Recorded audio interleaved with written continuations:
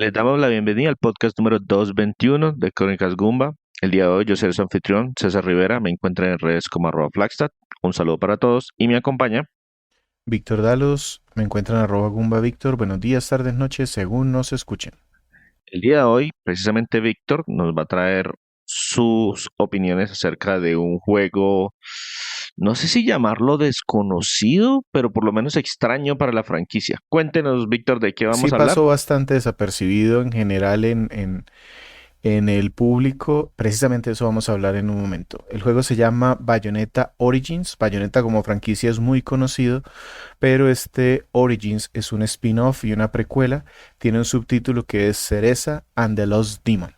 Y nos vamos a quedar escuchando I Can Do It Myself de la banda sonora.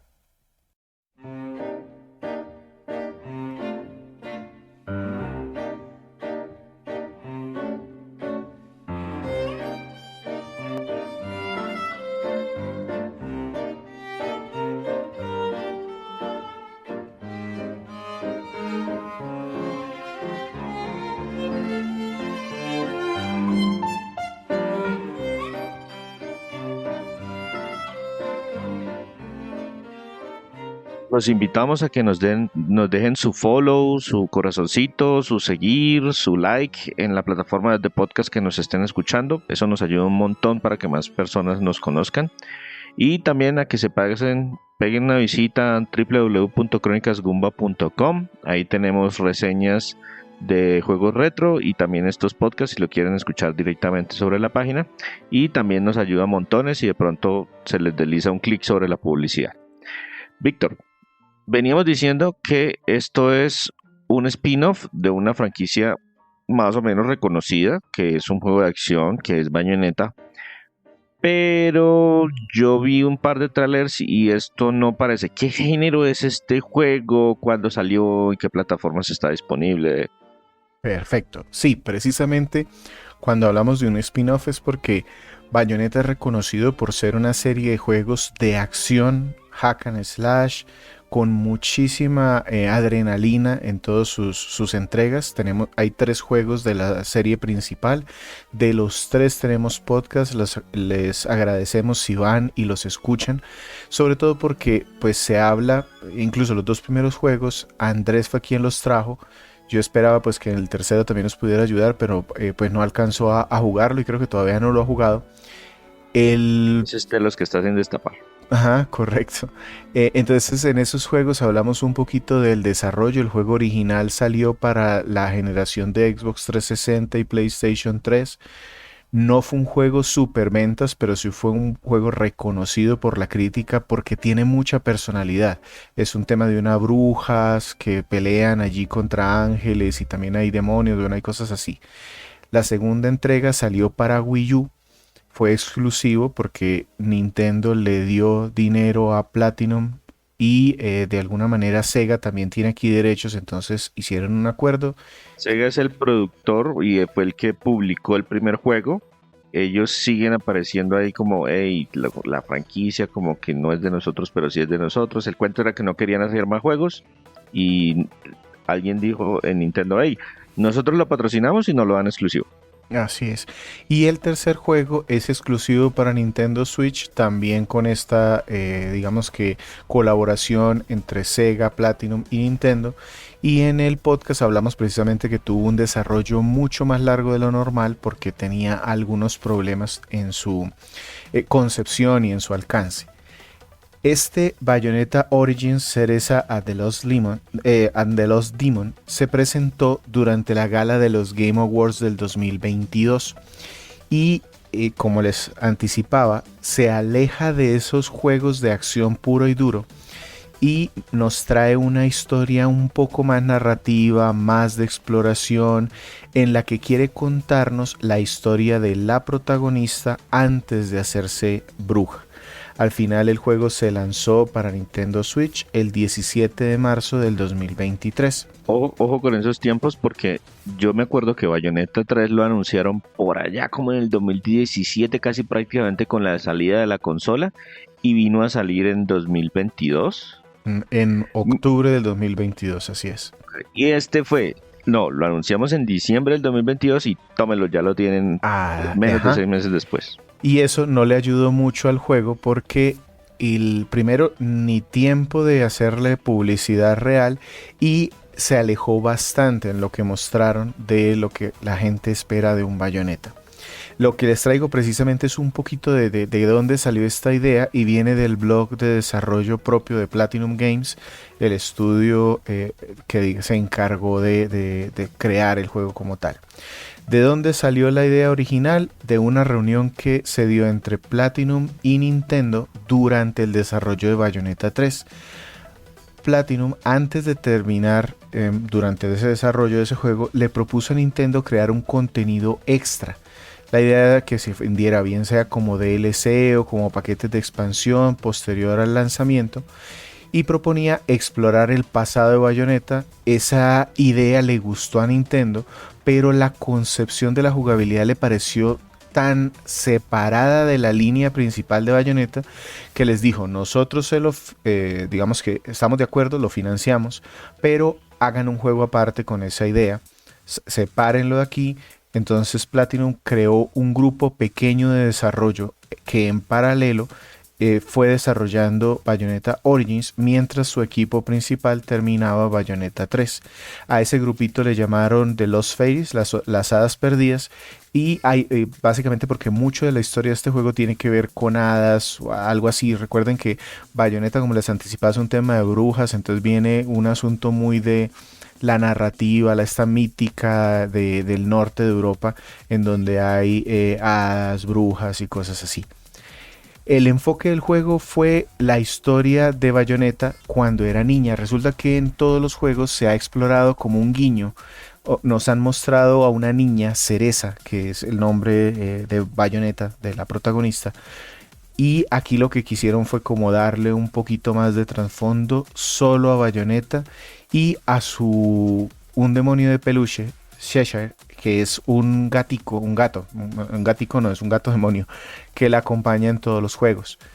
La dirección artística y el combate fue uno de esos puntos por los cuales Nintendo dijo, no, esto se me parece algo, o sea, no se me parece a nada de lo que ustedes nos han mostrado, Bayonetta, llévenselo como un juego aparte, porque ellos querían contar esto como una historia infantil, como un cuento de hadas. Y eso también les traía algunas ideas o a esto le unieron ideas de jugabilidad un poquito extraña. Este equipo de Platinum también ha sido responsable de juegos como The Wonderful 101. Entonces buscaron como algo de esa jugabilidad que han tenido y también de un juego que también fue exclusivo para Nintendo que se llama Astral Chain. Entonces, bebiendo un poquito de un juego y de otro, crearon una jugabilidad en particular. Y querían, de alguna manera, buscar un nuevo público con el nombre Bayonetta. Es decir, que personas que no juegan juegos de acción vieran el nombre Bayonetta y lo pudieran de pronto asociar y poco a poco ir como acercándose. Ya pues les anticipo, no funcionó muy bien el juego. Primero porque se lanzó muy cercano a Bayonetta 3, que tuvo un presupuesto mayor, una prensa mucho mayor. Este definitivamente no tuvo el mismo despliegue en marketing. Y aparte, la diferencia en la narrativa tampoco hizo que los fanáticos de Bayonetta se fueran a comprarlo. Entonces quedó ahí como en un limbo, quedó como uno de esos juegos desconocidos y ahora les cuento qué me pasó. Yo tengo ahí una pregunta, Víctor. Entiendo que como esto arrancó como en la idea original era algo así como un DLC, luego la expandieron y decidieron, no, esto se va a ser un juego aparte. Pero también como fue un equipo pequeño, ¿esto se lanzó con un precio reducido? No, se lanzó con un precio completo y precisamente como esa falta de mercadeo y como esas tomas que hacían del juego y en la publicidad, lo hacen parecer un juego de menor alcance al que realmente tiene. Anticipo, es un juego completo, es un juego muy bien desarrollado, con mucho detalle, mucho mimo, pero que se daba la impresión de ser como uno de esos juegos en AA, no independiente, pero sí de pronto un juego de menos presupuesto que se lanzó a precio completo. Es que yo lo asocio así a primera vista, como por ejemplo con el contenido descargable que salió para Xenoblade 2.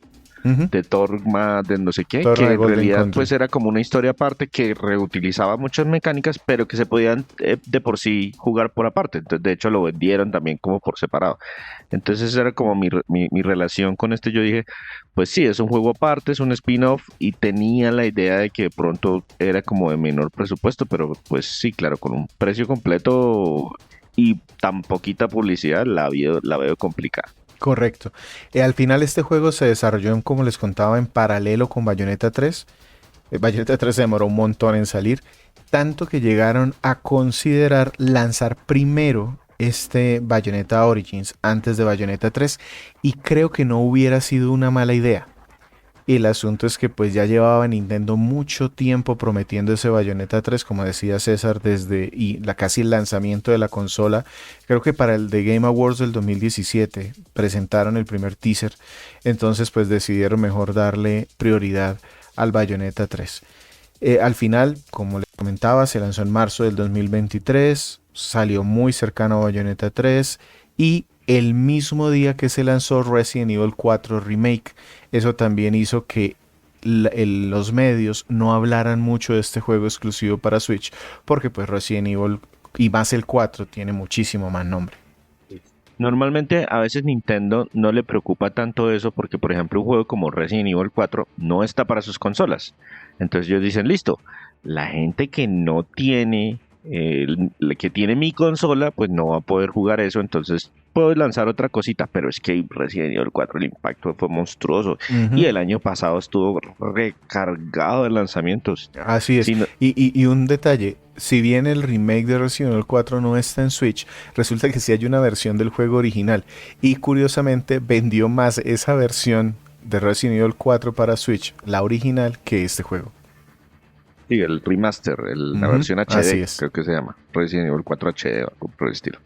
Listo, Víctor. Entonces ya nos ha mencionado en varias oportunidades que la idea es que esto cuenta la historia previa a todos los juegos anteriores de Bayonetta y que tiene un carácter como de cuento de hadas o historia de infantil o algo por el estilo. Cuénteme entonces de qué trata la historia de este Bayonetta Origins y cómo lo cuentan. Ok, entonces es una historia de origen. Aquí nos presentan a una niña aprendiz de bruja que se llama Cereza, que tiene una particularidad y es que sus padres, su padre es un mago de la luz y su mamá es una bruja de umbra, de la oscuridad. Y resulta que... Una pregunta ahí.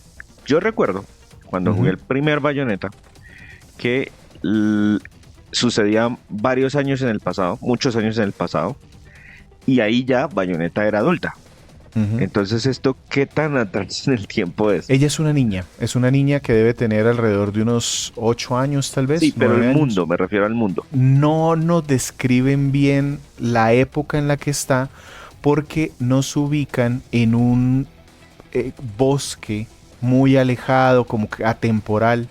Entonces, a diferencia por lo menos de Bayonetta 2 o Bayonetta 3, en donde claramente estamos en Miami o en Londres y se ve el ojo del milenio y cosas así, es decir, tiempos relativamente actuales, contemporáneos. Aquí estamos en un sitio que no nos permite identificar muy bien en dónde estamos, porque esta historia en donde nos empiezan a contar que Bayonetta es la hija de un mago y de una bruja, nos la narran a través de las páginas de un libro. Y Bayonetta se ve frente a las ruinas de un castillo o en un bosque o en un arroyo. Entonces no es muy fácil identificar esto.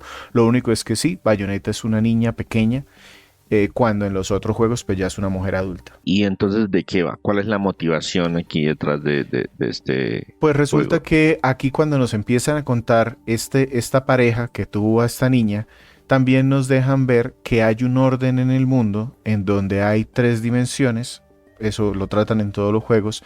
El paraíso es donde están los ángeles que quieren el orden, y en el otro lado está el infierno, en donde los demonios pues quieren el caos y destruir todo. Y aquí en la mitad estamos nosotros los humanos, que no podemos ver esos dos planos, pero que están influenciados por ellos. Resulta que alguna autoridad decidió que ni los magos y las brujas no se pueden mezclar, y estos señores aquí cometieron un pecado, un error. La niña nació pero a ellos les trajo consecuencias porque al mago lo desterraron, a la bruja la pusieron presa y la mandaron al infierno o a algún lado, y la niña quedó sola. Entonces ella quedó bajo la tutela de una maga que se llama Morgana, y la idea es que ella le enseñe los principios de la magia, de la hechicería. El tema es que Cereza tiene en su mente, porque ella vivió siendo muy niña con su familia, que quiere liberar a su madre de la prisión, volver junto a ella, porque pues la bruja que la está educando es muy seca, muy eh, estricta, y no le gusta estar pues ahí con ella. El tema es que en un día de su entrenamiento se entera que existe un poder que le permitiría liberar a su mamá, pero para eso debe desobedecer a su maestra e internarse en el bosque en el que ella vive, como justo en el borde del bosque de Avalon.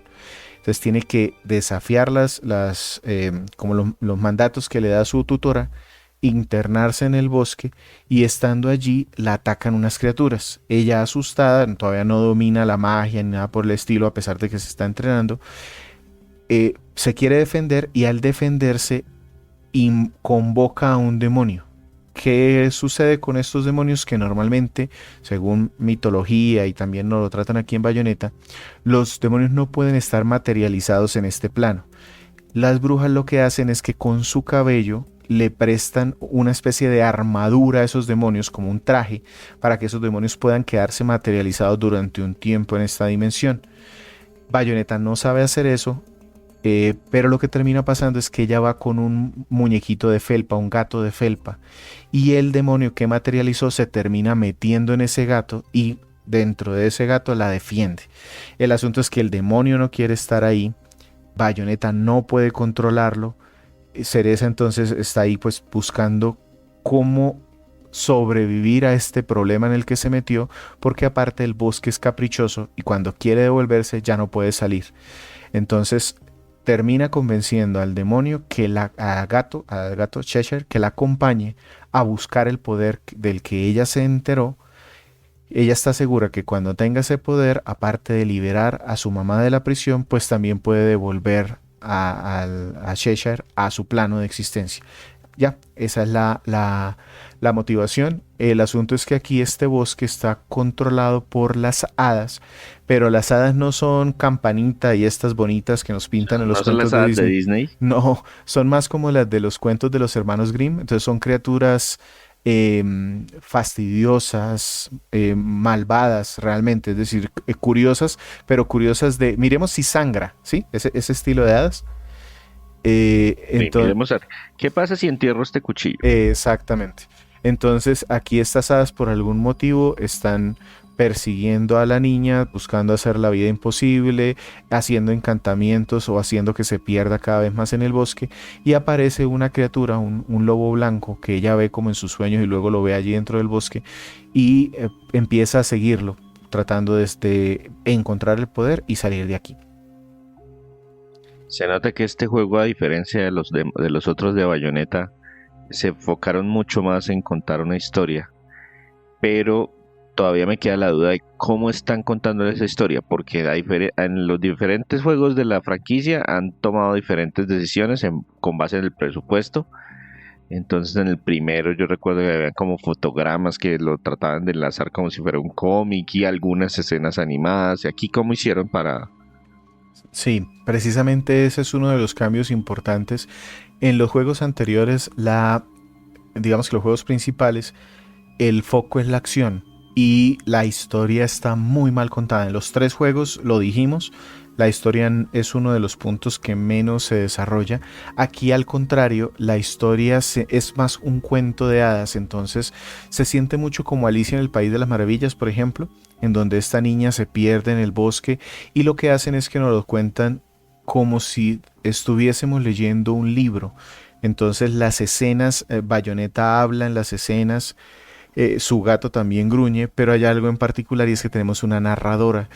Y la narradora hace un trabajo muy bonito porque parece que de verdad alguien nos está contando el cuento y como haciendo las voces de algunos de los personajes, como cuando yo por ejemplo le cuento un cuento a mi hijo y trato como de personificar alguno de esos eh, personajes del cuento, valga ahí como la redundancia de caracterizarlos. Entonces ella hace las voces de Cheshire cuando no lo entiende, o de Bayonetta cuando está nerviosa. Aparte hay escenas en donde ellos pues están conversando, hay otros personajes secundarios que también hablan entre sí, todo con actuación de voz, todo muy, muy, siempre dirigiéndose a ese libro de cuentos, todo dibujado como en acuarela, hablamos de pronto de eso en los aspectos artísticos, pero tanto la narrativa, la narradora, las voces de los personajes, el arte, está todo enfocado a que esto se vea como si estuviésemos jugando en un cuento interactivo, sobre todo en esas escenas de historia. Listo, Víctor. No sé si esto de pronto tenga, no sé, temas de historias secundarias o algo adicional para mencionar. Tiene giros, digamos que hay varios giros, hay varios personajes. Me pareció muy bonita esa relación que lograron establecer entre este demonio que no quiere estar ahí y una brujita que es muy cobarde, muy temerosa al principio, y aparte otras criaturitas en el bosque que también por algún motivo están allí perdidas y se encuentran como en Bayonetta un personaje para admirar, aunque ella no se lo crea. Entonces como construirle como esa confianza en este juego a través de giros en la historia y a través de que ella pues experimente cosas diferentes a solo la casa de su tutora.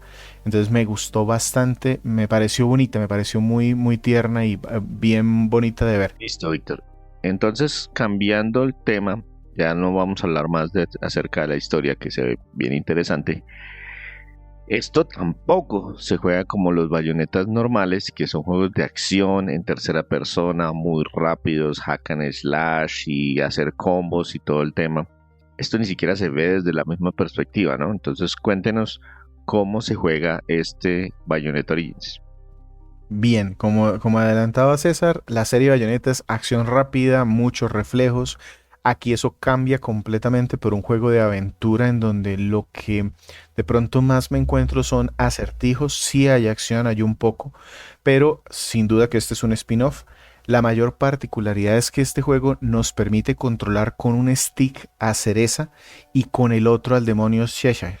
Entonces allí reside la complejidad inicial del control, pues en algún momento debemos usar al tiempo a Cereza, que solo puede lanzar como hechizos para ralentizar a los enemigos, y por el otro lado a Cheshire, que cuando se transforma ya puede sacar sus garras y golpearlos a todos. Entonces hay que estar jugando con eso. Ellos no pueden estar muy lejos uno del otro, porque si Cheshire se aleja mucho de Cereza, vuelve a ser un muñequito de felpa, deja de estar materializado como un demonio. Algo así como parecido a lo que hicieron en Astral Chain. Ajá, correcto. Que cuando queríamos pelear con estas criaturas de otra dimensión, solo estaban atadas literalmente por una cadena, buscando que pues no se alejaran una de la otra. Solo que aquí pues es más el tema de que deben estar juntos para que Cheshire se pueda materializar como un demonio que puede pelear. Y la idea es entonces superar acertijos sin salirnos de una sola pantalla. Como decía César, la vista aquí cambia. Sigue siendo tercera persona, pero la cámara es mucho más fija, con una vista, no alcanza a ser isométrica, pero sí es angulada superior. Entonces siempre vemos la pantalla desde allí. Me gustó que no se pierde la acción.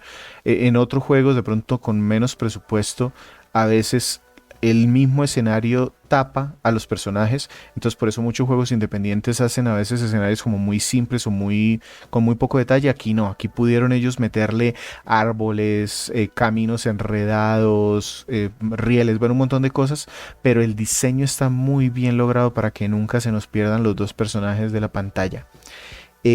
Además, otro detalle es que Cheshire tampoco puede estar de manera indefinida materializado, por lo cual en muchas secciones debe volver a su forma de muñequito de peluche y ya ahí Cereza lo carga como un muñequito para poder atravesar algunas zonas.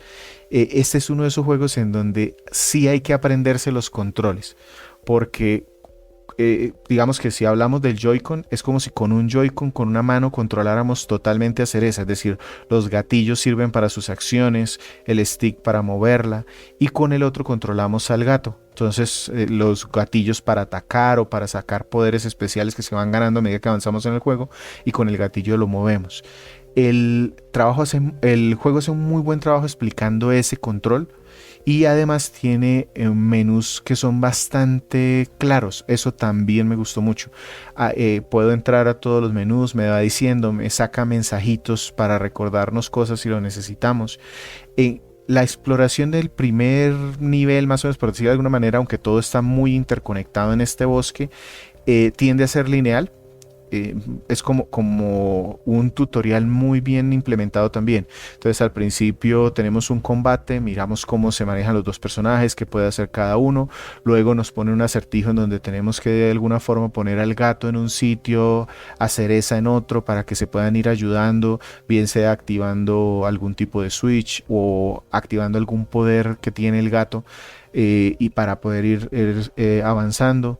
Luego más adelante tenemos un nivel de no plataformeo, no es como tal, sino de ir como limpiando el camino para que la niña pueda pasar fácilmente. Para avanzar tenemos, a medida que vamos avanzando, digamos que cuando ya superamos esos primeros niveles muy lineales, el mapa ya se va haciendo más complejo. Entonces ya hay mucha más exploración. Debemos revisitar algunas zonas porque nos ganamos algunos poderes y esos poderes modifican el escenario, entonces nos permiten pasar por zonas que antes no podíamos pasar y aparte también facilitan o cambian el combate. Muy pronto en el juego, para dar un ejemplo, aparecen unos personajes que cuando nos enfrentamos por primera vez a ellos tienen unos escudos grandísimos y entonces tenemos que rodearlos para poder combatirlos, o Bayonetta tiene que aturdirlos para que el gato los pueda atacar. O sea, vuelven algo complejos al principio, pero a medida que avanzamos nos ganamos un poder que nos permite quitarle el escudo a ese personaje. Entonces eso ya hace que esos personajes que al principio eran muy complicados se vuelvan más fáciles por un movimiento que tenemos. Entonces ya ahí nos llega otro tipo de enemigo que es más complejo. Eso, por ejemplo, me gustó mucho, la forma como sentimos que en efecto nuestros personajes van avanzando. Mejor. Con respecto a eso, ¿cómo se progresa? ¿Es más como un tipo Metroid? O sea, me refiero a que vamos consiguiendo nuevas habilidades que me dan acceso a nuevas áreas y me dan nuevas formas de enfrentar a los enemigos. ¿O es más, vamos ganando niveles y entonces tengo un árbol de habilidad y yo elijo qué poderes voy activando? ¿O cómo funciona ahí? Tenemos un poquito de ambas cosas. Entonces me pongo con esto porque dentro de la exploración, uno de los, digamos que algo que hace también muy interesante y muy divertido explorar este bosque, es que por un lado, a medida que avanzamos en la historia, vamos ganando esos poderes, como usted menciona de pronto, de Metroid. Entonces esos movimientos que son específicos para poder superar algún bloqueo que tiene el mapa, y cuando lo tengamos nos devolvemos a un sitio en donde estaba ese bloqueo y podemos seguir avanzando. Pero la exploración la recompensan con cristales, unos de un color para el gato, otros de un color para Bayonetta o para Cereza, que podemos gastar en unos campamentos que hay distribuidos en el mapa para desbloquear habilidades especiales. Y esas habilidades especiales pueden ser de combate, poderes que van ganando ellos, o mejoras para que, por ejemplo, puedan cargar, Bayonetta pueda cargar más, Cereza pueda cargar más pociones, o hacer mejores pociones con mejores efectos, o Cheshire pueda reaccionar a cuando Cereza hace un hechizo de ralentizar a un enemigo, que él pueda automáticamente ir a donde está ese enemigo para hacerle un ataque más fuerte. Entonces esos los podemos desbloquear como nosotros queramos en un árbol de habilidades. Pero aparte, aquí hay unos escenarios en particular que se llaman Tir na Nog. Todos los juegos de Bayonetta tienen como ese espacio como interdimensional en donde se cumplen algunos retos. En Bayonetta normalmente son retos de combate. Aquí hay una combinación, algunos son de combate, otros son de acertijos para aprovechar las habilidades de los dos, en donde si los superamos vamos ganando podemos mejorar la vida de Cereza. Cereza es susceptible a que si la atacan pierde vida, y si le eliminan todos sus florecitas de vida, pues que están marcadas así su salud, pues tenemos un game over y vamos al punto de guardado más cercano, que solo se puede guardar en esos campamentos que están distribuidos en el bosque. Cheshire, por otro lado, cuando recibe daño, lo que hace es que pierde su materialización y se vuelve otra vez el muñequito de felpa que no hace nada. Entonces Cereza tiene que ir protegerlo y y con el tiempo él va como ganando nuevamente su vitalidad. Entonces cuando estamos en esa situación es correr con Bayonetta para que no nos lastimen, para poder volver a materializar al gato y volver a hacer sus poderes. Entonces me gustó también ese avance porque no es solo los poderes que se van ganando por la historia, sino que la exploración no la premian con otro tipo de avances, bien sea movimientos, bien sea mejoras de la salud, y aparte hay varios coleccionables en el juego, muchos otros ítems que sirven para fabricar elementos consumibles, pociones para mejorar la vitalidad de Cereza temporalmente o darle algún escudo o hacer que los ataques de Cheshire sean más efectivos o que reciba menos daño cuando está materializado de modo que no se vuelva muñequito de felpa. Entonces todo eso yo puedo equipárselo a Bayonetta. Y esos consumibles de verdad los utiliza uno Sí, o... sí. Wow. Al principio yo dije no vale la pena e incluso no le gasté mucho en fabricarlos porque hay un minijuego incluso de fabricar las pocioncitas y todo eso ahí en los campamentos, pero a medida que fui avanzando en el juego me di cuenta de la necesidad. Incluso hay una habilidad de esas que se puede desbloquear en donde Bayonetta puede cargar más pociones de esas y yo sí las desbloqueé porque los enemigos finales sí me costaron. Al final el juego sí se me hizo un juego de acción mucho más parecido a la serie original, aunque todo el tiempo, pues, digamos que la mayoría era esta exploración y estos acertijos. Los combates del final sí se me hicieron mucho más parecidos a los de la serie original y me gustó porque sí sentí que me lo fueron presentando y me fueron permitiendo desarrollar las habilidades de la brujita como peleadora, como para ese combate.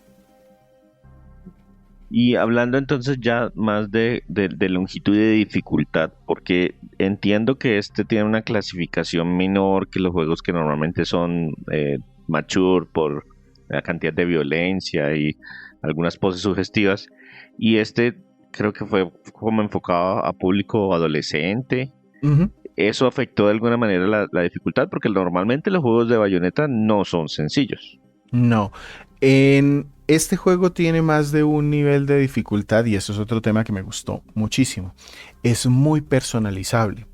Si tú eres, digamos que bueno para los acertijos, puedes personalizar esa parte de los acertijos para que no te den ninguna pista. El escenario, por ejemplo, puede tener marcado en algunos sitios, aquí puedes lanzar al peluche para que se materialice de arriba y eso ya te da una idea de cómo resolver el acertijo. Si quieres, puedes quitar eso para que no te den ningún tipo de pistas. O en los combates, puedes personalizar al detalle si la fuerza de los enemigos o la salud de los enemigos, pistas de donde haya tesoros, porque hay incluso pistas de sonido, también puedes ponerlas o no. Bayonetta tiene incluso un minijuego que es como un bailecito, que es como ella activa algunos de los hechizos cuando están en la exploración. A mí al principio me costó hacerlo, como tomarle el ritmo. Si quieres puedes entrar a desbloquear esa dificultad y que ella lo haga mucho más fácilmente. Entonces la dificultad es totalmente personalizable y tiene un modo de dificultad mayor incluso. Ah, yo tengo una pregunta ahí. A mí eso de que la dificultad puede mover yo como 25 barras, siempre me estrello con eso porque yo digo, no, pues así como viene el juego por defecto es como yo lo voy a jugar. ¿Qué tal ese por defecto? Muy gradual, entonces al principio yo no tuve mucho inconveniente, me alcanzó a parecer más bien fácil, pero estoy hablando que el juego a mí me tardó, yo me demoré más o menos unas 20 horas jugándolo. Se me hizo sencillo esas primeras 5 horas tal vez, pero ahí la dificultad no era los combates o los acertijos, fue como la curva de aprendizaje de los controles. Después de esas 5 horas yo ya tenía los controles aprendidos, entonces ahí empezó poco a poco a aumentar la dificultad. Me daban poderes nuevos, me llegaban enemigos diferentes, los Tirnanox se hacían más complicados. Hay muchos de estos espacios Tirnanox que son opcionales, algunos son obligatorios, pero entonces los opcionales hay unos que son bastante difíciles, los tuve que intentar una, dos, tres veces porque algo no lograba, bien sea en el combate o bien sea en cómo resolver el acertijo en un tiempo determinado. Entonces me gustó porque sentí que fue muy orgánica, muy bien diseñada la dificultad para mí, tanto en acertijos como en combate. Listo, Víctor, no sé si valga la pena. ¿Probó de pronto que una persona manejara un personaje y la otra otro? Sí, tuvimos ese intento con mi hijo un rato, pero a él no le gustó mucho. No le pareció como tan atractivo de pronto como este cuento de niñas. Él dijo, es un cuento de niñas. Entonces pero pues a mí sí me pareció más bonito. Entonces a él no le gustó tanto, fue por eso, como por la ambientación, si bien es bonita, como que no le pareció tan bonita. Se puede jugar de a dos, aunque de pronto pues pierde algo de la gracia, como estar controlando los dos personajes al tiempo. Ya pasándome al tema artístico, eh, definitivamente, como les comentaba, esto es un cuento en un libro, en un libro pues de niños. La ambientación es de cuento de hadas, se ve muy bien reflejado en el arte, se escogió un estilo como si fuese coloreado con acuarelas y poco a poco van narrándonos algo de la historia, como si estuviéramos pasando las hojas del libro animado, ilustrado, con escenas en donde podemos mover a Cereza y donde nos van como reaccionando a lo que nosotros hacemos en la pantalla. Los colores en general son muy pastel, tienen como difuminadas las esquinas para enfocar ese tema de que estamos como viendo una escena de un cuento. La cámara en general va como isométrica, no podemos girarla, se mueve sola cuando llegamos a alguna esquina, por ejemplo, a veces rota para dejarnos ver el acertijo a dónde tenemos que ir, pero se me hizo, como les adelantaba, que es muy claro, muy limpio, los paisajes están muy llenos, los parajes están muy llenos de cosas, el bosque está muy poblado, de eso hay enredaderas, flores que suben, que bajan, ruinas de un parque de juegos, por ejemplo, en algún lado, todo me pareció que estaba muy bien integrado. Las animaciones de los personajes también se me hicieron sencillas, o sea, no, ni son realistas, tampoco es que me descrestaran, no es nada revolucionario, pero funciona bien. Los personajes tienen como una proporción un poquito rara, como no Sí, la alcanzan niña es como cabezoncita sí, y el como demonio pues más, es un gato cabezón pues también. ujú, sí, o sea, no son proporciones realistas que uno diga que no, que las texturas, no, nada que ver con eso. Es más como dibujadito, como más... Ujú. Sí, al principio yo lo sentí muy desarticulado de la serie principal, pues por este tipo de cuento de hadas, pero a medida que ya va avanzando la historia y Cereza va ganando poderes y este gato ya empieza a ganar otros tipos de ataques, ahí empecé a notar los guiños a la serie principal, a Bayonetta. Entonces la presentación de los enemigos, la mayoría, todos estos juegos como que es que se abre un pergamino o un libro y nos dicen, este es el pecado tal o el ángel tal, cual otro. Aquí las hadas también nos las empiezan a presentar así, o Bayonetta puede hacer algunas ejecuciones con Cheshire. Entonces él hace las ejecuciones, pero con un hechizo de Bayonetta. Entonces hay muchos guiños ya que el tema artístico hacen que empiece a sentirse un poquito más identificado con la serie. Y ya en el sonido, la música también está diseñada para lo mismo. Ambientación de cuento de hadas, entonces hay muchos instrumentos por allí de orquesta, en muchos sectores encontramos canciones de cuna, por ejemplo, en otras hay canciones un poco más lúgubres, pero que son adecuadas para cuentos, de estos cuentos infantiles. Yo vuelvo a acordarme como de esos, de los cuentos originales estos de los hermanos Grimm, que no Sí, yo es que cuando... fueran bien bonitos. Exacto, cuando a mí me dicen cuentos de hadas hay dos extremos, son cuentos de hadas en estilo Disney o cuentos de hadas, o más bien fábulas, más bien como, no sé, como El Lago de los Cisnes, ese tipo Ujú. de obras Más clásicas. tradicionales Exacto, europeas, sí. ballets y cosas por el estilo, que también cuenta historias de tipo cuento de hadas, pero pues con otro tipo de orquestación. Sí, Y, entonces este es y ese segundo, en ah, donde digamos que la música es más de orquesta, un poco más lúgubre, así mencionas Lago de los Cisnes, por ahí vamos. Hay canciones con voz vocalizadas, no son muchas, pero están ubicadas en algunos momentos especiales para resaltar pues la situación. Cereza en algún momento le canta una canción de cuna al gatico y yo me alcancé a emocionar porque pues, lo reconocí de otro juego por allá. Todo está actuado, la actuación de voz de Cereza me pareció muy bonita, muy bien hecha. Lo pude jugar en inglés y en japonés. Está bien en los dos casos. La actriz que interpreta a Bayonetta en japonés tiene un montón de trabajos en videojuegos. Por ejemplo, la voz de Camille de Street Fighter 6, Camille de Fire Emblem, Viola de Bayonetta 3. Ha trabajado en animes como la voz de Jolene en JoJo Bizarre Adventure. Mejor dicho, tiene muchísimo trasfondo. Una seiyuu en toda forma. Correcto, la narradora también tiene también voces en un montón de medios, en películas, ovas, animes, videojuegos. Es una voz pues mucho más madura y se siente como una mamá contándole un cuento a un niño. Me gustó más en japonés, aunque pues yo al final terminé dejándolo casi todo en inglés por comodidad mía, pues, y porque el ambiente me parece que también se daba o se prestaba. En inglés también funciona muy bien. Son voces muy tiernas, la de Bayonetta y esto, de niña caprichosa al principio y una niña un poquito más madura al final.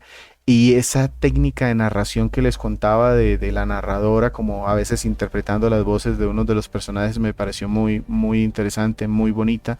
Y aparte aquí en este juego buscaron aplicar algo que Platinum también ha querido hacer en otros de sus juegos, que es el concepto de sonido tridimensional. Entonces, como quería que se sintiera en un bosque, entonces cuando suena o pasa la página para seguir contando la historia, se puede sentir que el sonido de la página va de un lado para el otro.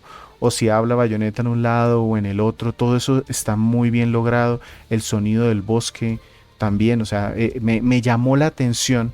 Y cuando empecé a buscar sobre las composiciones, identifiqué que en efecto se notó el esfuerzo en ese tema de buscar el sonido tridimensional. Entonces, por ese lado, también hay un montón de guiños a juegos anteriores, como les decía, canciones, voces de personajes. Hay un cameo de algún personaje de los juegos principales. Me gustó bastante también este aspecto. Listo, Víctor. Entonces seleccionemos un tema de esta banda sonora para quedarnos escuchando antes de pasar a nuestros puntos finales. Bien, de la banda sonora también, Fight with the Furious Face.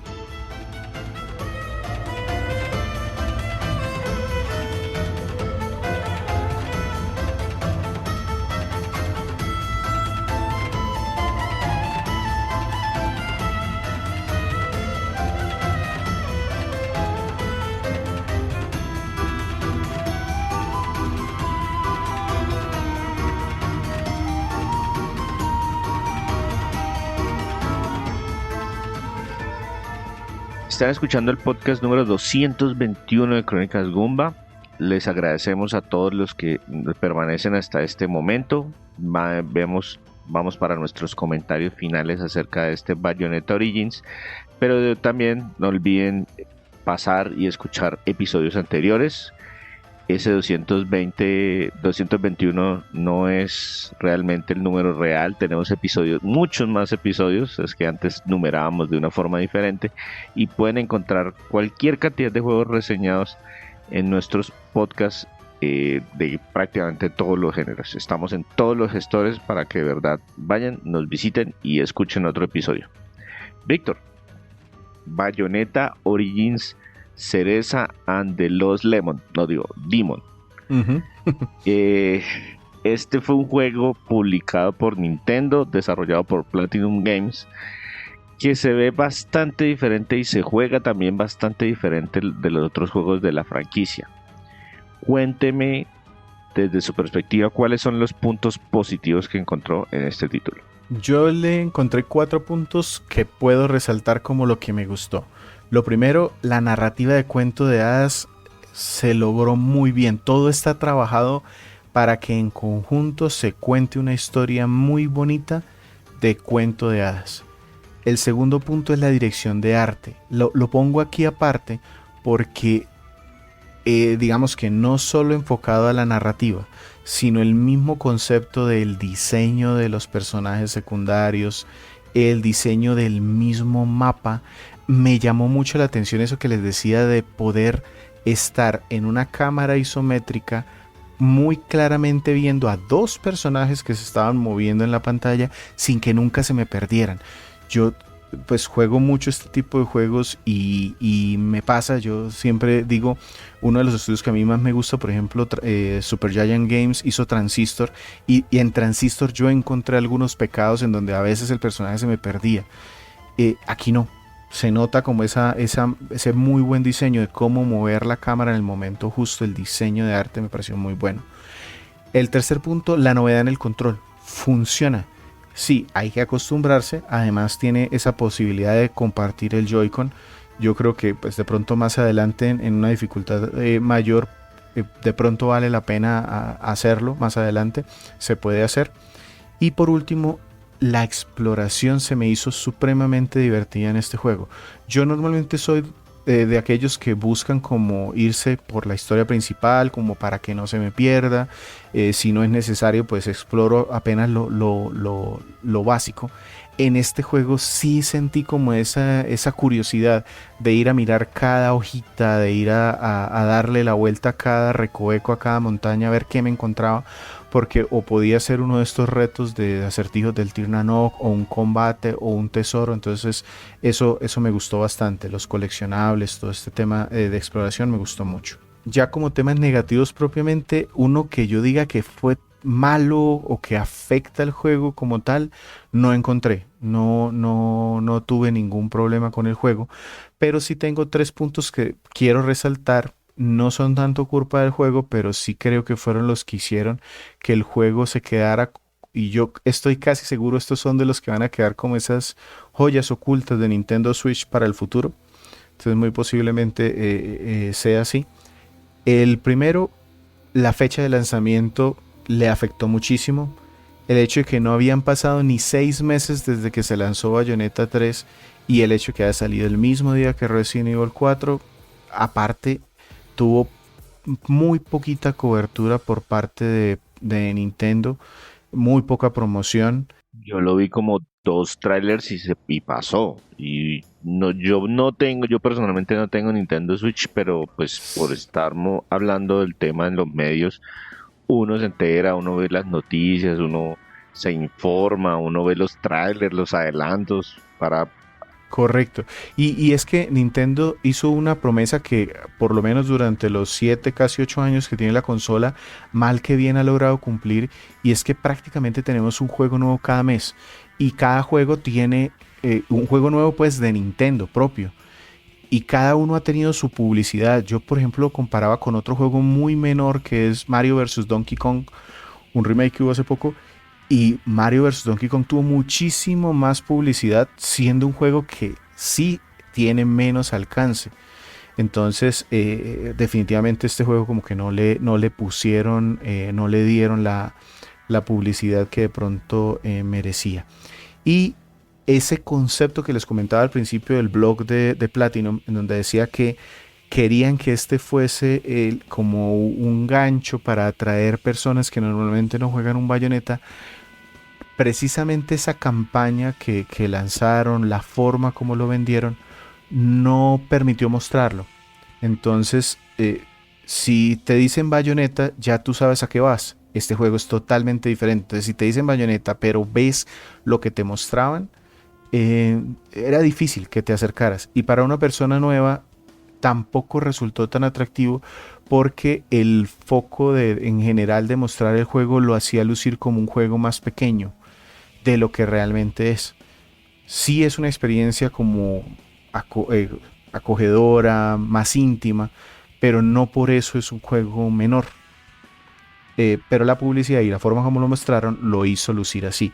Solo un comentario aquí, este juego tiene demo, entonces si usted tiene una Nintendo Switch, vaya y pruébelo.